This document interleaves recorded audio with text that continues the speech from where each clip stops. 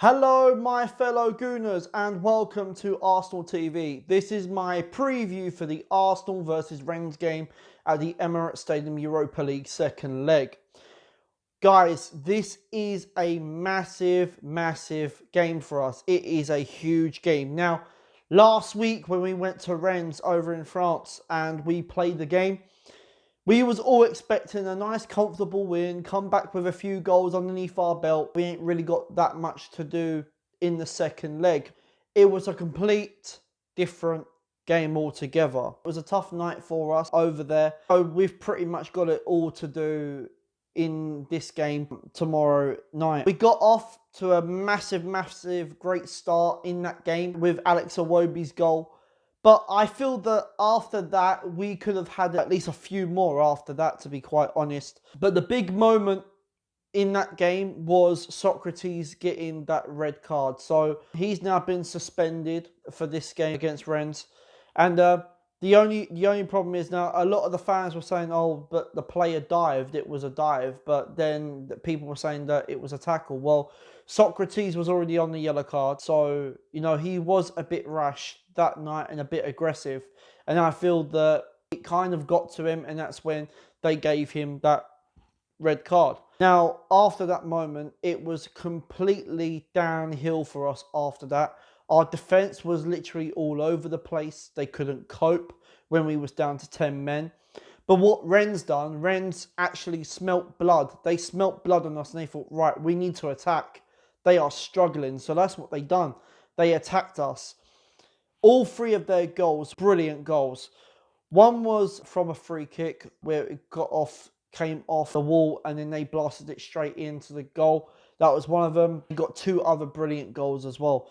Now, but the killer for me in that game was the third goal, because I thought we're 2-1 down with the away goal. This will be a brilliant result in terms of the circumstances that we're in, down to 10 men. Then we should be all right going back to the Emirates. But it was that third goal that pretty much killed it off. When we now go to the Emirates, we have to score about two or three goals, but we cannot concede a goal. That is our problem. We cannot concede a goal. I am confident going to this game because we are at home and our home record is brilliant. I've got no problem about that. What I am concerned about is our defence. That's what I'm concerned about. Now, there is and ahhing whether Mkhitaryan is going to be available for this game, but I don't think he is. So this is where people are thinking now, do we go with a back three or do we stick with a back four? But Emery has got a selection headache for this game. And I do feel that we need to go with pace and power. And not just that, we need to go fully strong. We need to go strong out for this game. And as I said, this is a must-win game for us, because if we don't, then Europa League is literally out of the door for us and we are going to struggle big time. With that said, I'm going to get into my 1 to 11. The formation I have gone with, I'm actually playing with a back three with wing backs. I feel that this is the way forward to go, and in terms of the way we played against Man United, I think we should also go with the same thing because it literally killed them off as well. So guys, yes, let's get into my 1 to 11. Starting off in goal, and that is Petr Cech. Now, we know that he is a cup goalkeeper. That's why I have gone with him.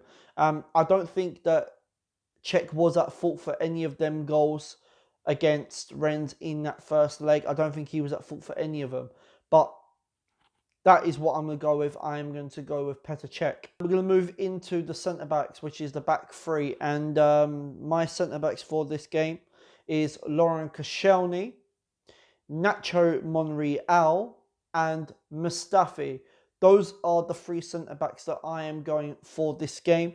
Monreal, I'm playing in the middle, so you've got the two strong guys out wide of the defence. So that is what I'm going to go with. I'm going to go with them.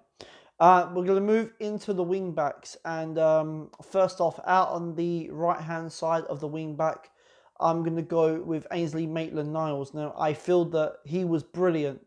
One of his best games against Man United. And I feel if you take him out now, you will drop his confidence. So I'm actually going to stick with him and we'll go with Ainsley Maitland-Niles. Playing as the left wing back, I'm going to go with C. Koležník.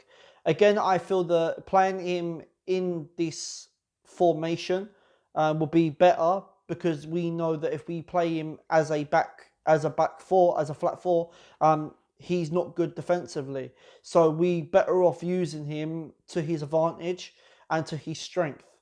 He's better as a wing back, so that is what I'm going to go with. I'm going to go with Sead Kolasinac. We're going to move into the two defensive midfielders, the midfielding area, the two that's going to just sit in the middle. First off, I'm going to go with Lucas Torreira. The reason why I'm going with Torreira, because he is suspended for the next 2 Premier League games. So I don't see why not. We should use him. So I'm going to go with Lucas Torreira. Playing alongside him is going to be Granit Xhaka. I thought against Man United was one of his best games. He got a goal as well. And not just that, I feel that Granit Xhaka literally controlled that midfield, and he dictated the pace of it, and he played so well. He switched the play a couple of times. He was in literally complete control. And I think this season, Granit Xhaka is now showing why he's worth £35 million. So I'm going to go with Granit Xhaka. In that number 10 role, I'm going to go with Mesut Ozil. Now, we have to go with our strongest number 10, and I feel it's Mesut Ozil. Reason why? Because we can create more chances with Mesut Ozil than we can with Aaron Ramsey. I know people may disagree with this, but I know people are thinking, well, if you go with Aaron Ramsey, he can come from deep and to create the attacking going forward. I'm not disagreeing with that, but I feel in terms of creating chances and getting goal scoring opportunities, I feel that we have to go with Mesut Ozil. So I'm going to go with Mesut Ozil. I'm playing as the 2 strikers up front. On the right-hand side, I'm going to go with Pierre-Emerick Aubameyang. Yes, he didn't play that well against Man United, but the only thing is with goal scorers, when that opportunity comes to score a goal, they will take it. And that is what Aubameyang needed to do. Now, I noticed with Aubameyang, when he took the penalty against Tottenham, he kept looking down at the ball and he wasn't looking at where the keeper was going. This time around, when he took the penalty against Man United, he had his eyes on the keeper, and when he took the ball and when he took the shot, he wasn't even looking at the ball. So and that's why it went in. So I think he learnt from his mistake from the first time. So I'm gonna go with Pierre-Emerick Aubameyang. Out on the left-hand side is going to be Alexandre Lacazette. Now, we know that Lacazette was supposed to be suspended for this game, but UEFA have we appealed against it, and when we appealed against it, it was successful. So he secured that 2-match ban, and he is now available for this game. So that is going to be a massive, massive boost for us in going into this game. And hopefully he's the one that could also get a hatful of goals for us. So that is what I'm going to go with, Alexandre Lacazette. So guys, there is the 1 to 11. That has been the preview. Let me know in the comment section below if you agree or if you disagree with the 1 to 11, and let me know of your predicted score. I'm going to go with an Arsenal 3-0 win. That is what I'm going to go with. Thank you to the 723 subscribers that have subscribed to the YouTube channel. And also, guys, if you're new to the channel, make sure you're hitting that subscribe button, and make sure you're hitting that notification bell so you don't miss another upload. Guys, this is the last game for us now until the next 3 weeks, because we've got no Premier League, no FA Cup, and obviously it's international. So I'm going to have a nice rest during that 3 weeks. I probably actually might do a podcast show as well, so keep a lookout for that during that time. Also, guys, I'll just keep a lookout. I will be doing Emery's